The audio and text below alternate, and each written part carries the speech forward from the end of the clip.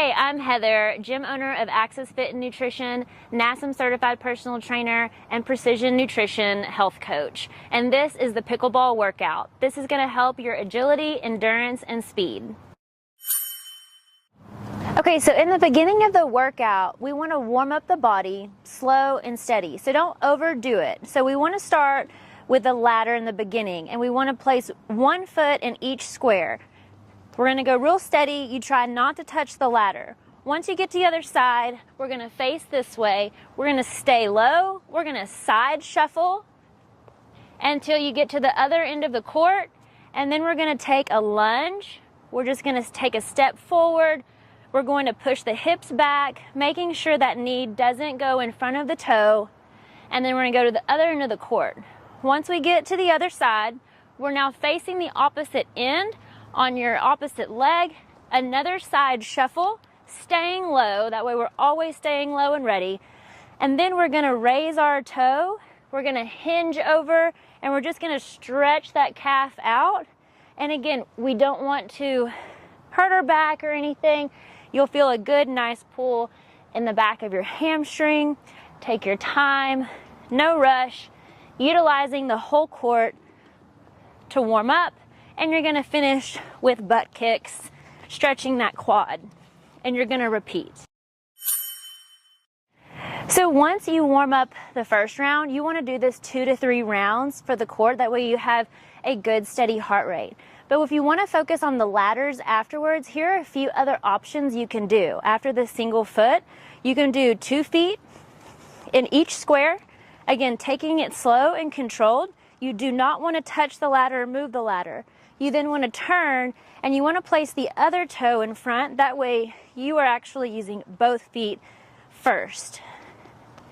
Once you get to the other end, you can go in, out, and repeat, in, out. And it also helps when you actually say it so that you don't get confused as well. In, out. Now, I started with my right foot here. I'm going to turn, and I'm going to make sure I start with my left foot, which is going to be a little bit harder for me because I'm right foot based. But again, in my head, I'm like in, out, in, out.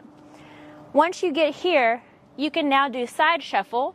And again, we're working on picking up our toes.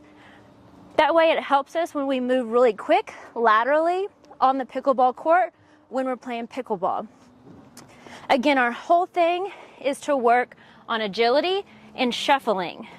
You can do it a little bit faster to progress as long as you're not touching the ladders.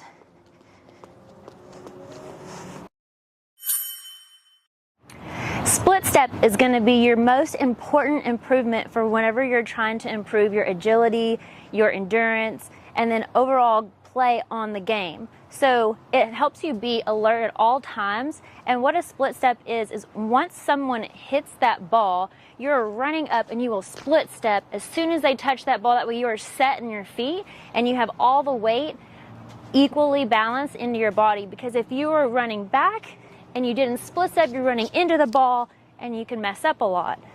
So a drill for split stepping is if you use half of the pickleball court, you're getting ready, your feet are hip width apart, you have your paddle set. Anytime you're wanting to do drills for agility and endurance, always be ready as if you are playing the actual game. Again, it helps with your heart rate, it gets your mind in the right position as if we're actually playing a match, and you're just always ready and you know, because as you run, you have split step, move to a forehand, split step, backhand, shuffle back, and split step. So what you'll want to do is you can do 3 sets, set your timer for 30 seconds. If you're in intermediate or advanced, set your timer for 45 seconds and move all the way up to 60 seconds for each round. You'll set your timer first. Once you set it, you're going to go in a triangular pattern, split step, have that forehand dink, shuffle, backhand, shuffle back, split step, and repeat, run up, paddle, split step, shuffle back, split step. Okay, so this is the figure 8 drill. We're going to start off going half court. Heather here is going to go straight down her line, and Ryan's going to go cross court diagonally. Heather's going straight, Ryan's going cross court. Trying to work on agility here. but also trying to make sure you're always getting the ball to bounce on your opponent's side so you have time to get ready for the next shot. Anytime your opponent's taking the ball out of the air, you're not going to have much time to get reset again. So doing this drill allows you to work on your precision and accuracy with your shots while also helping you work on your footwork. Okay, so now we're basically going to do the same thing, but we're going to extend it out to the full court. Heather here is going to go straight. Ryan's going to go cross court, but notice that now they're going the entire distance of the court. Making sure they get the ball to bounce on the other side, nice and slow, so they have time to get there. This is a cooperative drill, meaning you're not really trying to burn your opponent here. It's more of your teammate. It's all right to mess up. Start it over.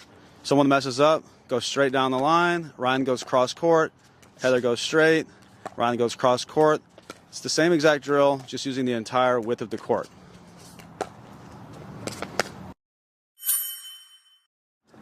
Okay, so this is a little bit of cardio here while also working on your reset dink. Ryan's standing in the kitchen trying to take everything out of the air. Go ahead. He's going to pull Heather to the middle a couple times and then try to get her out wide. When he pulls her out wide, she's going to hit a soft, slow reset to the middle. So she's getting to work on her lateral movement while at the same time trying to hit soft middle so that she doesn't get her teammate burnt. Notice that when most people get pulled off really wide to the side, they want to speed it up and get the point over with. All that's going to do is make your teammate have to cover the entire court. So we're trying to focus on getting that ball nice and slow in the middle so that she has time to get back to her home base and get set.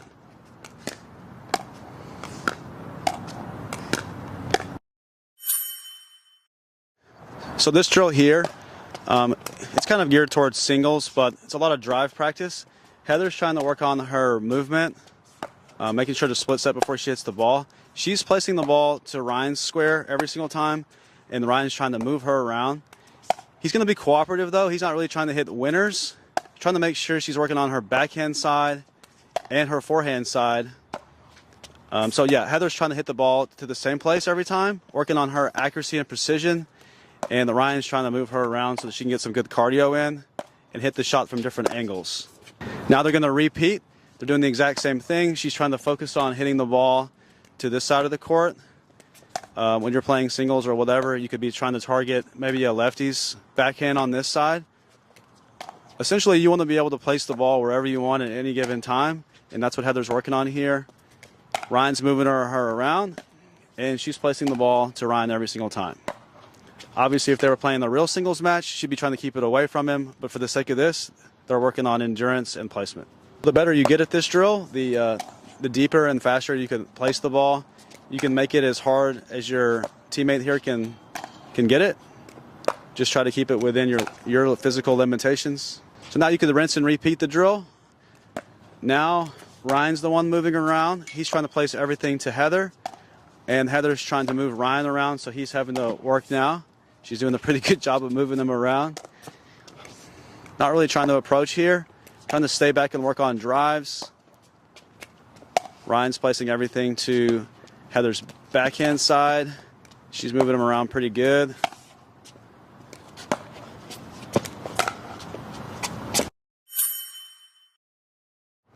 For the last part of the workout, you're going to experience a suicide. And how you start a suicide is you go from the very far end of this line, you're going to use your paddle, you're going to be in your low stance, you're going to touch here, we're going to shuffle, touch, touch, run as fast as you can, shuffle all the way back, and that's one.